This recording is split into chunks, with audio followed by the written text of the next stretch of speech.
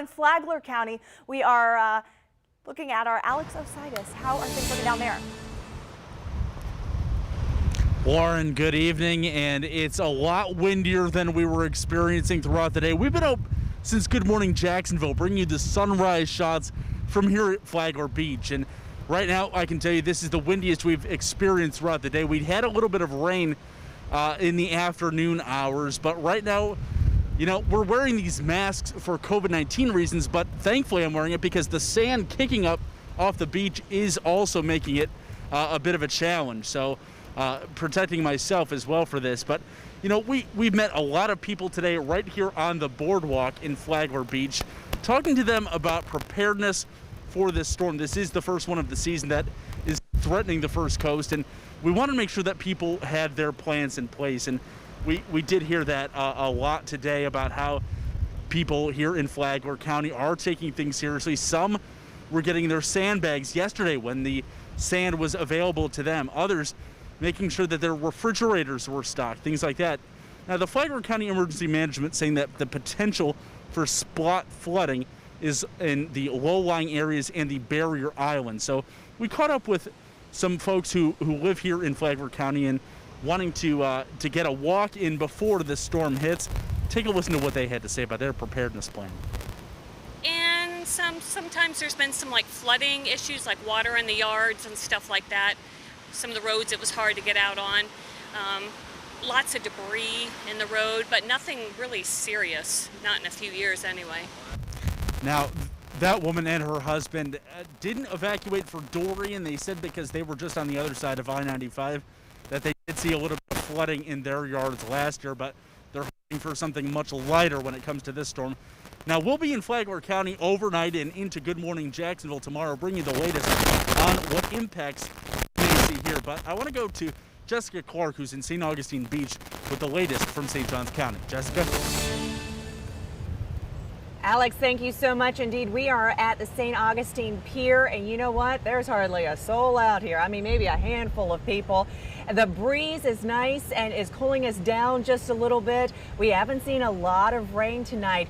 Folks who live in coastal areas, especially if they've lived here a long time, or you know what, maybe in the last 5 years they've moved here, they have learned a thing or two about how to handle a hurricane, right?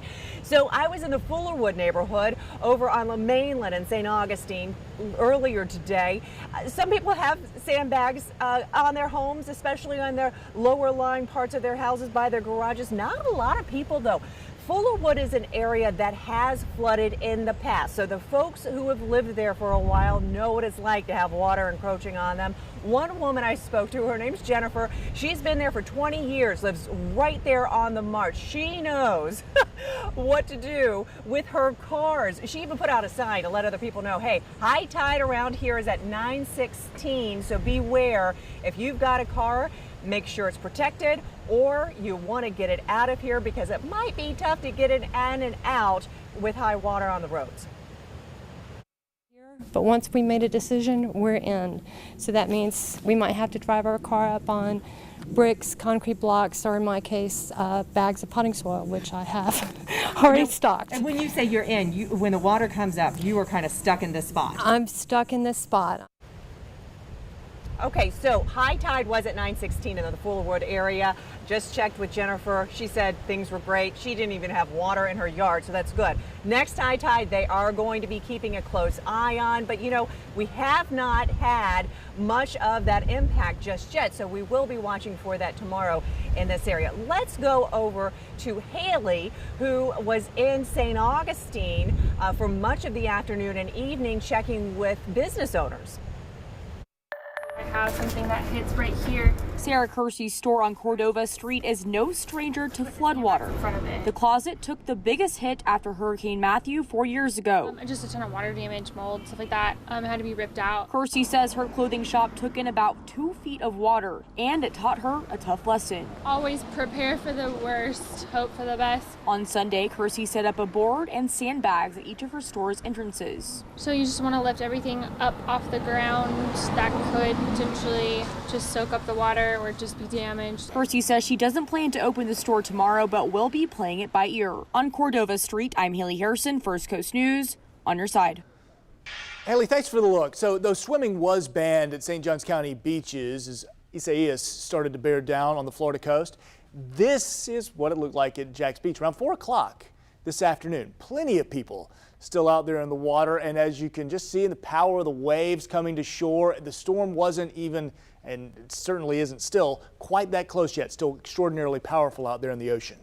So tonight, another area we're keeping our eye on is the San Marco neighborhood, which has seen some substantial flooding in the past. Absolutely. One business owner had to start over after Hurricane Irma, and he's hoping not to have to repeat. Robert Bradfield right there live in San Marco, where we've seen little to no preparations this go round. Hey, Robert. Hey there, yeah, we really have not seen the sandbags around San Marco as we have here in previous storms.